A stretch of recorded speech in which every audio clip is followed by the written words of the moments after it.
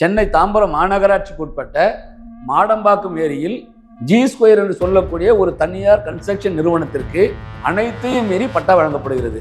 அடையார் ரிவருக்குள்ள இருக்கிற காசா கிராண்டிற்கு அனைத்தையும் மீறி பட்டா வழங்கப்படுகிறது. அடையார் ரிவருக்குள்ள இருக்கிற மியாட்டிற்கு அனைத்தையும் மீறி பட்டா வழங்கப்படுகிறது. அடையார் ரிவருக்குள்ள இருக்கிற வேளாங்கண்ணி கல்லூரிக்கு அனைத்தையும் மீறி பட்டா வழங்கப்படுகிறது. ஆனால் தலகாய்ந்த மக்களாக இருக்கிற திடீர் நகர் மக்கள், ஜோதி அம்மன் நகர் மக்கள், சூர்யா நகர் மக்கள், மல்லிப்பூ நகர் மக்கள், அனகாபுரத்தில் இருக்கிற இந்த 5 நகரில் இருக்கிற மக்கள், இப்படி இருக்கிற தலகாய்ந்த மக்களுக்கு மட்டும் நான் சொன்னால் அது நீர்பிடிப்பாக தெரிகிறது. அது ஆற்று புறம்போக்காக தெரிகிறது.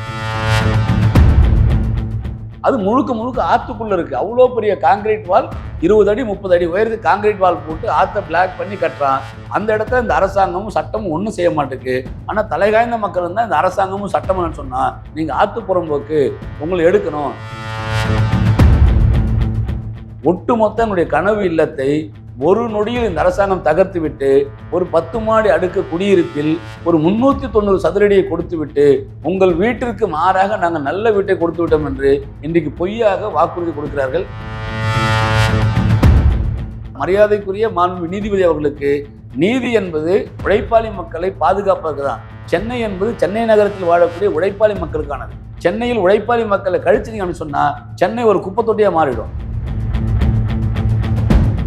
அப்போ இந்த அரசாங்கம் சொன்னால் அவர்களுக்கு தேவை என்றால் பட்டா வழங்க, அவர்களுக்கு தேவை என்றால் இடித்து தள்ளம்னா அதை அனுமதிக்க முடியாது. உலகம் முழுவதும் இருக்கிற எல்லா நகரங்களிலும் இத்தகைய ஆறுகள் இருக்கிறது, இதே போன்ற நகரங்கள் இருக்கிறது. எந்த இடங்களிலும் நகரங்களை இடித்து விட்டு அந்த இடத்துல ஆறு ஓடல, ஆற்றின் இரு கரையிலும் அழகான வீடுகளை கட்டி அங்கே மக்கள் வாழ்ந்து கொண்டிருக்கிறார்கள். அதே போன்று ஒரு பாதுகாப்பான வீடுகளை அதே பகுதியில் அரசாங்கம் அமைத்துக் கொடுக்க வேண்டும். ஒருபொழுதும் அதை அகற்றுவதை ஏற்றுக்கொள்ள முடியாது.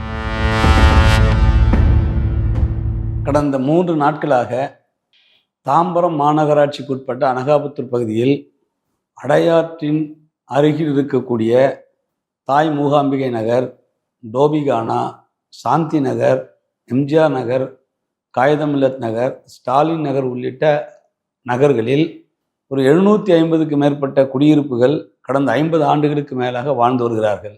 டோபிகானா என்பது மறைந்த முதலமைச்சர் எம்ஜிஆர் அவர்கள் முதலமைச்சராக இருந்தபொழுது சலவை தொழிலாளர்களுக்காக ஒதுக்கப்பட்ட பகுதி. ஆனால் இன்றைக்கு அந்த பகுதிகள் எல்லாம் நீர்பிடிப்பு பகுதி என்று இடிப்பதற்கான முயற்சி செய்தார்கள் 2016ஆம் ஆண்டு. அப்பொழுது மார்க்சிஸ்ட் கம்யூனிஸ்ட் கட்சியின் சார்பாக போராட்டம் நடத்தி அன்றைய மாநில செயலாளர் தோழர் G. ராமகிருஷ்ணன் அவர்கள் தலையீட்டின் பேரில் அன்றைக்கு முதலமைச்சராக இருந்த மரியாதைக்குரிய O. பன்னீர்செல்வம் அவர்களிடம் முறையிட்டு உடனடியாக தடுத்து நிறுத்தப்பட்டது. அதற்கடுத்து மீண்டும் 2022ஆம் ஆண்டு இதே போன்று இடிப்பதற்காக வருகின்ற பொழுது அன்றைக்கு மாநில செயலாளராக இருந்த மரியாதைக்குரிய தோழர் K. பாலகிருஷ்ணன் அவர்கள் அமைச்சர் K.N. நேரு அவர்களிடம் தலையிட்டு இதே போன்று தடுத்து நிறுத்தப்பட்டது. ஒரு பகுதி வழக்கிலும் இந்த பகுதி இருந்தது. ஆனால் தற்பொழுது தமிழக அரசாங்கம் 20ஆம் தேதியிலிருந்து அந்த பகுதியில் இருக்கிற உழைப்பாளி மக்களை அகற்றக்கூடிய வேலை செய்து கொண்டிருக்கிறார்கள். கேட்டால் நீதிமன்ற தீர்ப்பு என்று சொன்னார்கள். நீதிமன்ற தீர்ப்பு என்று சொன்னதுக்கு நாங்கள் மீண்டும் அவர்களோடு முறையிட்ட பொழுது அவர்கள் என்ன சொன்னார்கள் என்றால், அடையாற்றை பழைய நிலைக்கு கொண்டு வருவதற்காக ஒரு புதிய திட்டம் என்பது உருவாக்கப்பட்டிருக்கிறது. அந்த திட்டத்திற்காக 5 பகுதிகளில் ட்ரீட்மெண்ட் பிளான்ட் ஆரம்பிக்க வேண்டும். அந்த ட்ரீட்மெண்ட் பிளான்ட்டிற்கு தேவையான பகுதியில் மட்டும் எடுக்கப்படும், மற்ற பகுதிகள் அப்படியே அகற்றப்படாமல் இருக்கும் என்று வாக்குறுதி அளித்தார்கள். ஆனால் நேற்றைய தினம் தாம்பரம் மாநகராட்சி கமிஷனரை சந்தித்த பொழுது அவர் இந்த பகுதி என்பது முழுக்க முழுக்க நீதிமன்றத்தின் ஆணையின் அடிப்படையில் நீர்பிடிப்பு பகுதியில் இருக்கிற 720 வீடுகளும் முழுமையாக அகற்றப்படும் என்று கூறினார். அப்பொழுது அவரிடம் வாதிட்ட பொழுது இது என்னுடைய லிமிட்டில் கிடையாது, இது முழுக்க முழுக்க அரசாங்கத்தோட திட்டம் என்பதால் இதை முழுமையாக தடுத்து நிறுத்துவது சாத்தியமில்லை என்று கூறினார்கள்.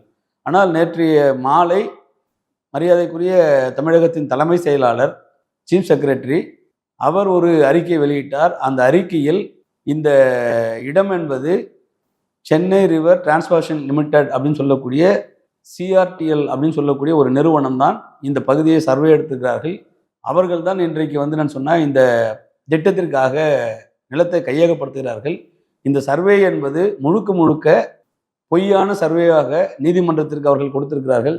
ஏனென்று சொன்னால் மேற்கு பகுதியில் இருக்கக்கூடிய மாதா இன்ஜினியரிங் கல்லூரி, காசா கிராண்ட் பகுதிகள் முழுக்க முழுக்க ஆற்றின் பகுதியில் உள்ளே வருகிறார்கள். அதை காம்பன்சேட் செய்வதற்காக இந்த பகுதி ஆற்றை தள்ளி வைக்கக்கூடிய விதமாக அனகாபுத்தூரில் 50 ஆண்டுகளுக்கு மேலாக குடியிருக்கக்கூடிய அந்த பகுதிக்குள் ஆற்றை எக்ஸ்பேண்ட் செய்கிறார்கள். அதன் அடிப்படையில் தான் அந்த 720 குடும்பங்களையும் எடுக்கிறார்கள். இந்த 720 குடும்பங்களில் காகிதமில்லத் நகர் என்பது நீர்பிடிப்பு கிடையாது. அது கிட்டத்தட்ட 2008 வரை கல்லாங்குத்தி என்று சொல்லக்கூடிய ஒரு அரசு புறம்போக்காக இருக்கிறது. இன்னொரு பகுதி இதே பகுதியில் அருள்நகர் என்று சொல்லக்கூடிய அந்த பகுதியில் பட்டா வழங்கப்பட்டிருக்கிறது. ஆற்றின் நடுவில் இருக்கக்கூடிய காசா கிராண்டிற்கும் மாதா கல்லூரிக்கும் பட்டா வழங்கப்பட்டிருக்கிறது. ஆனால் ஆற்றிலிருந்து கிட்டத்தட்ட ஒரு 100-150 மீட்டர் தள்ளி இருக்கக்கூடிய தாய் மூகாம்பிகை நகர், டோபிகானா, சாந்தி நகர், எம்ஜிஆர் நகர் பகுதிகளில் நான் சொன்னால் இது ஆற்று புறம்போக்கு நீர்பிடிப்பு என்று இன்றைக்கு பொய்யை சொல்லி நீதிமன்றத்தில் ஒரு பொய்யான வாக்குறுதியை கொடுத்து இந்த தனியார் நிறுவனம் என்று சொல்லக்கூடிய சிஆர்டிஎல் நிறுவனம் நான் சொன்னால் முறைகேடாக இடிக்கிறார்கள். எனவே தமிழ்நாடு அரசாங்கம் உடனடியாக இதை தடுத்து நிறுத்த வேண்டும். தடுத்து நிறுத்திய பிறகு ஆற்றுக்கு சம்பந்தம் உள்ள அந்த பகுதியில் எவ்வளவு அரசாங்கத்திற்கு தேவையோ அதற்கேற்ற வகையில் 2 பக்கம் எடுக்கணும். ஆற்றின் மையப்பகுதியிலிருந்து உங்களுக்கு 50 மீட்டர் வேணும்னு சொன்னால் ஆற்றின் மையப்பகுதியிலிருந்து 2 சைடுகளிலும் 25 மீட்டர் இருக்கணும். அதற்கு மாறாக ஒரு புறத்தில் வசதியானவர்கள் காசா கிராண்ட் மாதிரி, தனியார் பொறியியல் கல்லூரி மாதிரி, தனியார் மருத்துவக் கல்லூரி மாதிரி பெரிய பெரிய நிறுவனம் வைத்திருக்கிற அந்த பகுதியில் முழுவதும் அவர்கள் ஆற்றை ஆக்கிரமித்திருக்கின்ற போது அரசாங்கம் எந்தவித நடவடிக்கை எடுக்காமல் சாதாரண தலைகாய்ந்த மக்கள், உழைப்பாளி மக்கள், இன்னும் சொல்ல போனால் அரசாங்கத்தால் ஒதுக்கீடு செய்யப்பட்ட டோபிகானா உள்ளிட்டு நான் சொன்னால் ஆற்றுப்புறம்போக்கு நீர்பிடிப்பு என்பது எடுப்பதை ஒருபோதும் அனுமதிக்க முடியாது. எனவே தமிழ்நாடு அரசாங்கம் உடனடியாக நிறுத்த வேண்டும். 1. 2 என்னவென்றால், ஒரு அரசாங்கத்திற்கு ஒரு தேவை என்றால் ஒன்று அரசாங்கத்தில் இருக்கக்கூடிய பொதுப்பணித்துறை எடுக்கலாம், அல்லது அரசாங்கத்தோட ரெவென்யூ துறை எடுக்கலாம், அல்லது நீதிமன்றத்தின் தீர்ப்பின் அடிப்படையில் எடுக்கலாம். இன்றைக்கு அவர்கள் எடுக்கக்கூடிய இந்த எவிக்ஷனில் கோர்ட் டிக்ளரேஷன் கிடையாது, எவிக்ஷன் ஆர்டர் கிடையாது, எந்த ஆர்டரும் இல்லாத ஒரு தனியார் நிறுவனம் சிஆர்டிஎல் என்று சொல்லக்கூடிய ஒரு நிறுவனம் எவிக்ஷன் அப்புறப்படுத்துகிறார்கள். அந்த சிஆர்டிஎல் என்று சொல்லக்கூடிய அந்த நிறுவனத்திற்கு தாம்பரம் மாநகராட்சி ஒட்டுமொத்த அலுவலர்களும் அங்கே அமர்ந்து கொண்டு அவர்களுக்கு சேவை செய்கிறார்கள். தாம்பரம் மாநகராட்சிக்கு உட்பட்ட ஒட்டுமொத்த காவல்துறையும் அவர்களுக்கு சேவை செய்கிறார்கள். அங்கு இருக்கக்கூடிய ஒட்டுமொத்த கார்ப்பரேஷன், காவல்துறை அனைத்தும் சொன்னால் தேர்ந்தெடுக்கப்பட்ட அரசாங்கத்திற்கு மாறாக ஒரு தனியார் நிறுவனத்துக்கு ஆதரவாக உழைப்பாளி மக்களை வலுக்கட்டாயமாக அப்புறப்படுத்துவதை ஒருபொழுதும் நிற்க முடியாது. எனவே உடனடியாக தடுத்து நிறுத்துவது மட்டுமல்ல, ஆற்றின் 2 கரைகளிலும் கான்கிரீட் சுவர் அமைத்து இந்த திட்டத்திற்கு எவ்வளவு இடம் தேவையோ அதை 2 புறத்திலும் எடுத்து மீதம் இருக்கிற மக்களை பாதுகாப்பாக அதே இடத்தில் பட்டா வழங்க வேண்டும். ஒருவேளை இது அரசாங்கத்திற்கு இது தேவை என்று சொன்னால் இதற்கு என்ன மாற்று என்பதை யோசிக்க வேண்டும் ஒழிய அதற்கு மாறாக உழைப்பாளி மக்களை அப்புறப்படுத்துவதை ஒரு நாளும் அனுமதிக்க முடியாது. இன்றைக்கு அனகாபுத்தூரில் இருக்கிற இந்த 5 நகர் ஃபியூச்சர் அவர்கள் என்ன சொல்கிறார்கள் என்றால், அடையார் ரிவர் முழுவதும் இருக்கிற ஜோதி ராமலிங்கம் நகர், ஜோதி நகர், ஜோதி அம்மாள் நகர், திடீர் நகர், சூர்யா நகர், மல்லிப்பூ நகர் என இன்னும் கிட்டத்தட்ட ஒரு 5க்கும் மேற்பட்ட பகுதிகளில் கிட்டத்தட்ட ஒரு 3000 குடியிருப்புகளை அகற்ற இருக்கிறார்கள். இவர்கள் அகற்றிவிட்டு என்ன கூறுகிறார் என்றால், நாங்கள் அவர்களை சும்மா அனுப்பவில்லை, அவர்களுக்கு நாங்கள் 17 லட்சம் ரூபாய் மதிப்பீட்டில் நாங்கள் வீடுகளை கொடுக்கிறோம் என்று.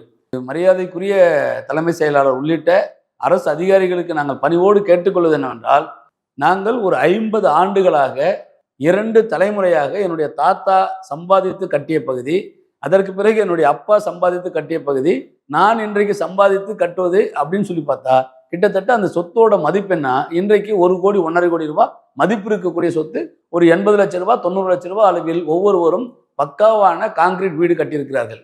இன்றைக்கு அவ்வளவு பெரிய வீடு எங்கள் வீட்டுக்கு தேவையான அண்ணன் வாழ்றதுக்கு, தம்பி வாழ்றதுக்கு, தங்கை வாழ்வதற்கான அனைத்து வசதிகளோடு சேர்த்து நாங்கள் உருவாக்கி இருக்கிற ஒட்டுமொத்த எங்களுடைய கனவு இல்லத்தை ஒரு நொடியில் இந்த அரசாங்கம் தகர்த்து விட்டு ஒரு 10 மாடி அடுக்கு குடியிருப்பில் ஒரு 390 சதுரடியை கொடுத்து விட்டு உங்கள் வீட்டிற்கு மாறாக நாங்கள் நல்ல வீட்டை கொடுத்து விட்டோம் என்று இன்றைக்கு பொய்யாக வாக்குறுதி கொடுக்கிறார்கள்.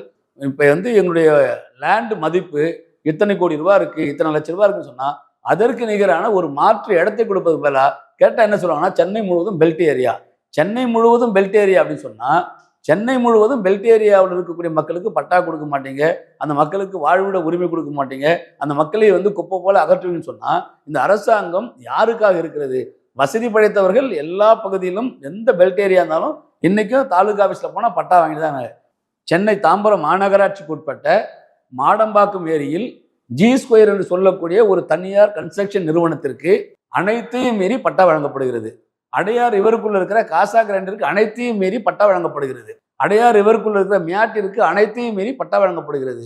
அடையார் ரிவருக்குள்ள இருக்கிற வேளாங்கண்ணி கல்லூரிக்கு அனைத்தையும் மீறி பட்டா வழங்கப்படுகிறது. ஆனால் தலகாய்ந்த மக்களாக இருக்கிற திடீர் நகர் மக்கள், ஜோதி அம்மா நகர் மக்கள், சூர்யா நகர் மக்கள், மல்லிப்பூ நகர் மக்கள், அனகாபுரத்தில் இருக்கிற இந்த 5 நகரில் இருக்கிற மக்கள், இப்படி இருக்கிற தலகாய்ந்த மக்களுக்கு மட்டும் நான் சொன்னா அது நீர்பிடிப்பா தெரிகிறது, அது ஆற்று புறம்போக்கா தெரிகிறது. வசதியானவர் வந்தால் அவர்களுக்கு மட்டும் பக்காவா காங்கிரீட். நீங்க இன்னும் கூட சொல்ல போனா அடையார் ரிவர்ல சைதாப்பேட்டை பிரிட்ஜுக்கு பக்கத்துல வந்து சொன்னா அவ்வளோ பெரிய பில்டர். அதே போல ஜோதி அம்மா நகர் ஒட்டி இருக்கிற ஒலிம்பியா ஏற்கனவே எவரடி கம்பெனியா இருந்தது, அது முழுக்க முழுக்க ஆத்துக்குள்ள இருக்கு. அவ்வளோ பெரிய காங்கிரீட் வால், 20 அடி 30 அடி உயரத்துக்கு காங்கிரீட் வால் போட்டு ஆற்றை பிளாக் பண்ணி கட்டுறான். அந்த இடத்துல இந்த அரசாங்கமும் சட்டமும் ஒன்றும் செய்ய மாட்டேங்குது. ஆனால் தலைகாய்ந்த மக்கள் இருந்தால் இந்த அரசாங்கமும் சட்டம்னு சொன்னா நீங்கள் ஆத்து புறம்போக்கு உங்களை எடுக்கணும். நீதிபதி சொல்கிறாராம், மரியாதைக்குரிய மாண்பு நீதிபதி அவர்களுக்கு, நீதி என்பது உழைப்பாளி மக்களை பாதுகாப்பதற்கு தான். சென்னை என்பது சென்னை நகரத்தில் வாழக்கூடிய உழைப்பாளி மக்களுக்கானது. சென்னையில் உழைப்பாளி மக்களை கழிச்சிங்கன்னு சொன்னா சென்னை ஒரு குப்பை தொட்டியா மாறிடும். சென்னை இன்றைக்கு இப்படி மாறி இருக்கிறது என்றால் அதுக்கு உழைப்பாளி மக்களோட மிகப்பெரிய உழைப்பு, அவருடைய தியாகம் அதெல்லாம் சேர்ந்துதான். ஆனா இவர்களை குப்பையா மாத்திருக்கான்னு சொன்னா பெரிய பெரிய கார்பரேட் நிறுவனங்களுக்கு, பெரிய பெரிய முதலாளிகளுக்கு பட்டா வழங்குவது. அப்ப இந்த அரசாங்கம் சொன்னா அவர்களுக்கு தேவை என்றால் பட்டா வழங்க, அவர்களுக்கு தேவை என்றால் இடித்து தள்ளம்னா அதை அனுமதிக்க முடியாது. எனவே அடையாற்றின் கரையில் இருக்கிற, அதாவது கிட்டத்தட்ட வந்து சொன்னா ஆதனூர் துவங்கி அடையார் கடற்கரை வரை இருக்கிற 2 பக்கத்தில் இருக்கிற அந்த உழைப்பாளி மக்களை அப்புறப்படுத்தாமல் 2 பக்கமும் கான்கிரீட் சுவர் கட்டி அதே பகுதியில் அவர்களுக்கு வாழ்வதற்கான முழு உரிமையை இந்த அரசாங்கம் வழங்க வேண்டும். அது அடையார் ரிவர் மட்டுமல்ல, அது பக்கிங்ஹாம் சேனலாக இருக்கலாம், அல்லது கூவம் ரிவராக இருக்கலாம், அல்லது கொசஸ்தலை ஆறாக இருக்கலாம். அனைத்து பகுதிகளிலும் நான் சொன்னா இது ஏதோ சென்னை நகரத்தில் மட்டும் இல்லை, உலகம் முழுவதும் இருக்கிற எல்லா நகரங்களிலும் இத்தகைய ஆறுகள் இருக்கிறது, இதே போன்ற நகரங்கள் இருக்கிறது. எந்த இடங்களிலும் நகரங்களை இடித்து விட்டு அந்த இடத்துல ஆறு ஓடல, ஆற்றின் 2 கரையிலும் அழகான வீடுகளை கட்டி அங்க மக்கள் வாழ்ந்து கொண்டிருக்கிறார்கள். அதே போன்று ஒரு பாதுகாப்பான வீடுகளை அதே பகுதியில் அரசாங்கம் அமைத்துக் கொடுக்க வேண்டும். ஒருபொழுதும் அதை அகற்றுவதை ஏற்றுக்கொள்ள முடியாது.